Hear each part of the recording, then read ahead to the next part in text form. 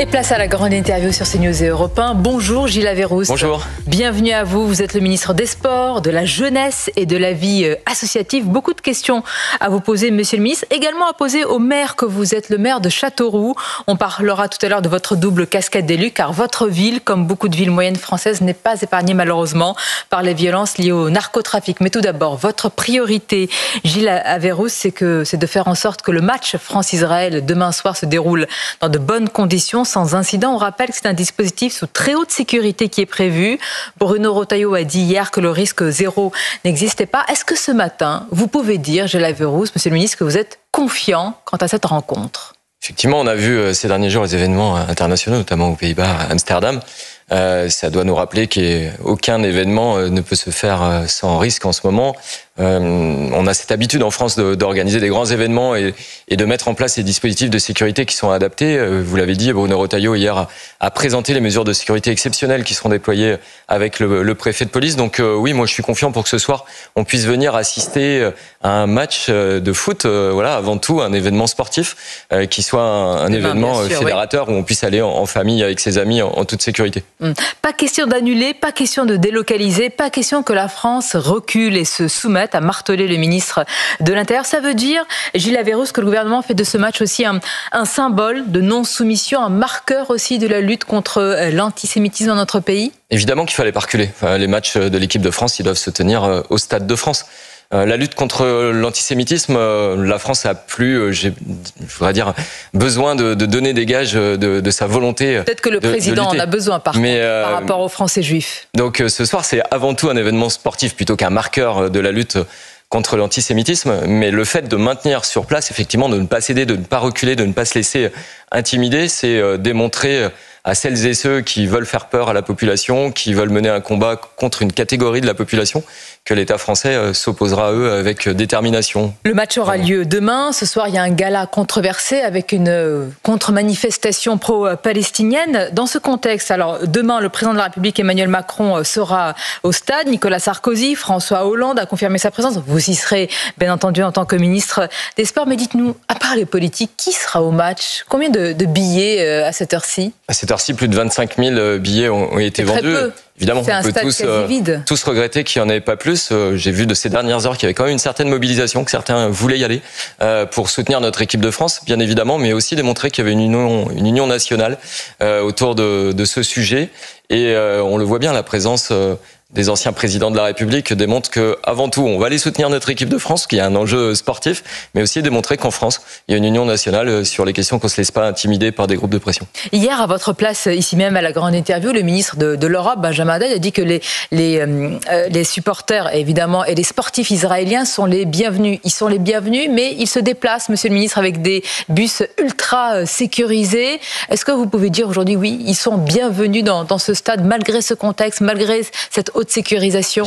Bien sûr qu'ils sont les bienvenus. Toutes les équipes sportives du monde sont les bienvenues en France. Mais le contexte international, on le connaît tous. Israël est aujourd'hui dans une situation qui fait qu'il y a un risque à l'égard de ses concitoyens. On le voit en France. Les Juifs sont la cible bien plus que d'autres d'attaques. Donc on doit prendre en considération cette situation qui fait que effectivement ils sont plus en danger que d'autres. Voilà. Alors vous le prenez en compte avec évidemment un match ou autre sécurité, avec des interdictions notamment de drapeaux palestiniens qui seront interdits dans l'enceinte du Stade de France. Ça veut dire que ce qui s'est passé, Gilles Averrousse, au Parc des Princes lors du match PSG Atlético de Madrid, avec un tifo géant, cette banderole géante avec une carte d'Israël qui a été effacée, ça ne peut pas se produire demain. Alors il ne faut pas se méprendre, à chaque fois qu'il y a un match entre équipes, ne sont autorisés que les drapeaux des pays des deux équipes. C'est pas une règle particulière demain, c'est la règle à tous les matchs. Rentrer avec un tifo dans un stade, c'est interdit. C'est interdit au Stade de France comme dans tous les autres stades des clubs sur l'ensemble du pays. C'est le principe. Bien. Par dérogation, en confiance entre le club et ses supporters, on autorise des tifos ici et là. Et d'ailleurs, moi, je suis favorable à ce que ça continue. Donc demain au Stade de France. Pour vous, pas d'interdiction de tifos, de manière générale. Au Stade de France, demain, pas de tifos. C'est pas un club avec des supporters. On est sur l'équipe nationale. Sur le territoire national, dans nos championnats chaque week-end, oui, moi, je suis favorable aux tifos qui amènent un soutien à son équipe, qui exprime un message, ça participe de l'ambiance. Mais voilà, alors, à partir du moment où on peut avoir confiance dans son club et qu'il n'y a pas de message politique. Mais justement, est-ce qu'il y a une confiance? Parce que depuis le déploiement de cette banderole géante, le gouvernement a donc condamné par votre voix, celle du ministre de l'Intérieur, ce qui s'est passé, mais l'UEFA n'a engagé aucune procédure de sanction et le PSG s'est juste engagé, je cite, à renforcer le processus de contrôle des banderoles et interdire celles qui ne sont pas validées. C'est suffisant? Oui, faut pas. C'est un mauvais procès fait au PSG. Vraiment, le PSG, il était en réaction tout de suite en disant que il aurait pas validé ce tifo. Il n'était pas au courant, Monsieur le Ministre. Bien sûr. Vous en avez la preuve et la certitude. Ils nous l'ont affirmé. Vous savez, un tifo, quand c'est amené dans un stade, vous pouvez pas vérifier ce qu'il y a dessus. Si vous le déployez, vous ne pouvez pas l'enrouler à nouveau et le redéployer plus tard. Donc, vous devez faire confiance à ceux qui l'ont amené. Là, clairement, le PSG dit que si il avait su quel était le message, un message à vocation politique, il n'aurait pas validé ce tifo. Donc, il met quelques sanctions en disant... C'est un message à vocation politique ou c'est un message négationniste? Non, c'est un message politique, clairement. Après, carte d'Israël effacée, ça a quand même un caractère plus que politique. Effectivement, c'est un message politique fort, voilà, clairement. Il n'y a pas d'ambiguïté sur les mots et sur l'appréciation. Ça ne devait pas se produire, clairement. Le PSG en a pris toute la mesure et a décidé de prendre quelques mesures d'interdiction provisoire et de retrouver le temps de retrouver la confiance avec ses supporters. Je vous pose la question, Monsieur le ministre des Sports, sur le caractère de ce message, parce que l'Association nationale des supporters, vous aurez écrit une lettre dénonçant vos méthodes dites autoritaires, voire autoritaristes de l'exécutif. L'association fustige vos déclarations selon lesquelles un tifo à caractère politique n'a pas sa place dans une enceinte sportive. Et il vous donne d'autres exemples. Alors les exemples de cette association, c'est l'hommage aux victimes des attentats de Charlie, le message contre la guerre en Ukraine. Ils me disent, mais vous ne pouvez pas interdire toutes les banderoles à caractère politique. Alors déjà, j'aurais bien aimé recevoir le courrier dont vous me parlez. Ça fait 3 jours que j'entends parler de ce courrier, mais je ne l'ai pas reçu, donc je ne sais pas à quelle adresse ils l'ont adressé. Dire aussi que je suis le ministre des Sports, donc le ministre aussi des supporters, que moi j'ai une grande confiance, une grande estime, un grand respect envers les supporters. Je recevrai les auteurs de ce courrier, l'Association nationale des supporters, et leur dire que je veux que on travaille à faire en sorte que dans les stades, on puisse y aller en famille, en toute sérénité, en toute sécurité. Et que les messages politiques n'ont pas leur place dans un stade. Qu'on soit clair, ce matin sur CNews Europe 1, quel que soit le message politique, c'est-à-dire un message, bien sûr, que là, on est dans des messages extrêmement différents, un message de soutien aux victimes d'attentats n'a pas sa place? Il n'y a pas de différence entre messages positifs et négatifs. Ça peut être quand même, pour ceux qui nous écoutent et nous regardent, un peu déroutant. J'entends, à partir du moment où il y a un consensus sur un message où tout le monde s'entend, que c'est pas contre une cause ou pour une cause. Si ça fait consensus, que le club est d'accord, évidemment, on y va.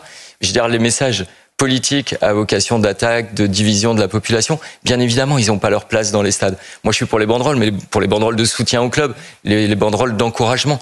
Voilà, un stade, ça doit être un lieu où on y va en famille, sans inquiétude, sans violence verbale ni physique. Voilà, c'est ça qu'il faut défendre. Sans violence verbale, dites-vous. Il y a quelques jours, des chants homophobes visant les joueurs de Saint-Etienne ont été entendus dimanche lors du derby OL Saint-Etienne. L'Olympique lyonnais risque des sanctions disciplinaires. Là encore, Monsieur le ministre, on dit, et après, quel sursaut? C'est ça. Je crois qu'il y a vraiment un travail de fond à faire avec les supporters. Et moi, je suis en train d'engager une visite des clubs de France pour aller à la rencontre des supporters pour discuter avec eux. En disant, voilà, la société, elle a changé, elle a évolué. Aujourd'hui, on n'accepte plus d'entendre des chants homophobes, des paroles racistes, de la violence. Vous pensez que la pédagogie peut faire son effet? Alors, il y a 2 solutions. Oui. Il y a évidemment la pédagogie, la sensibilisation, et après, il y a l'action.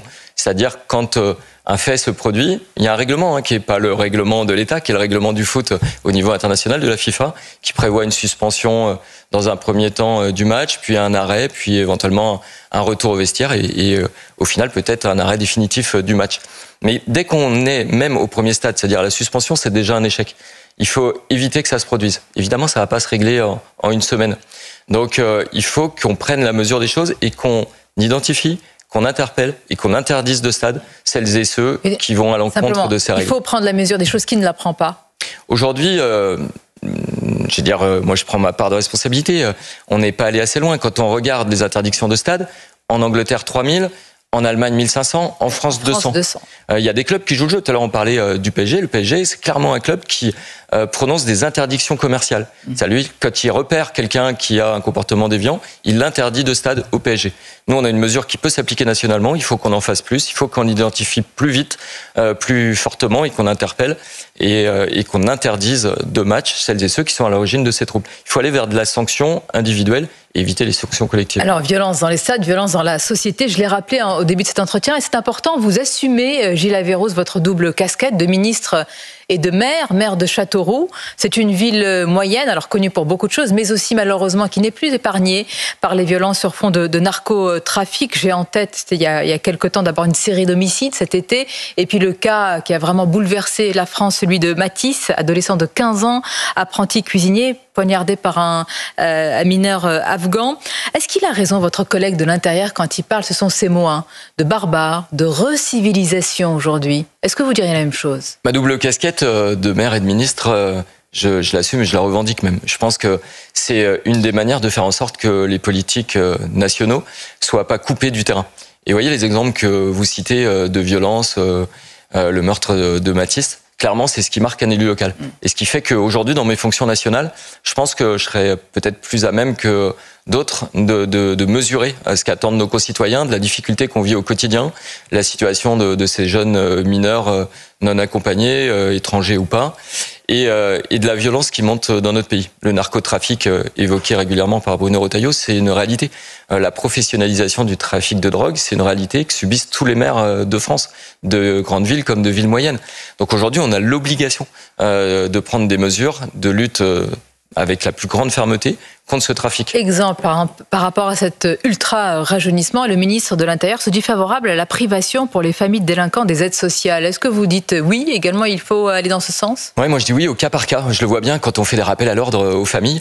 Il y a des familles qui acceptent ça, qui sont vraiment très investies dans l'insertion de leur enfant, même si il a des comportements déviants. Celles-ci, elles doivent être appuyées, soutenues. Et puis il y en a d'autres qui sont passives, voire qui s'opposent quelquefois aux mesures qu'on veut prendre. Donc celles-ci, il faut être intransigeante. Donc responsabilité pour vous, absolument, parentale. Y compris en supprimant les allocations pour celles et ceux qui jouent pas le jeu, de l'encadrement, de l'éducation et de la sanction de leurs enfants quand ils sont déviants. Vous parlez, monsieur le ministre et monsieur le maire, d'encadrement. Le ministre de l'Intérieur parle également d'établissements avec des solutions éducatives et militarisées. Par exemple, dans votre commune, est-ce que vous pourriez accueillir de tels établissements et est-ce qu'on peut aller vers cette solution aujourd'hui? Oui, bien sûr. Je pense que pour une partie des jeunes, ça peut être la solution.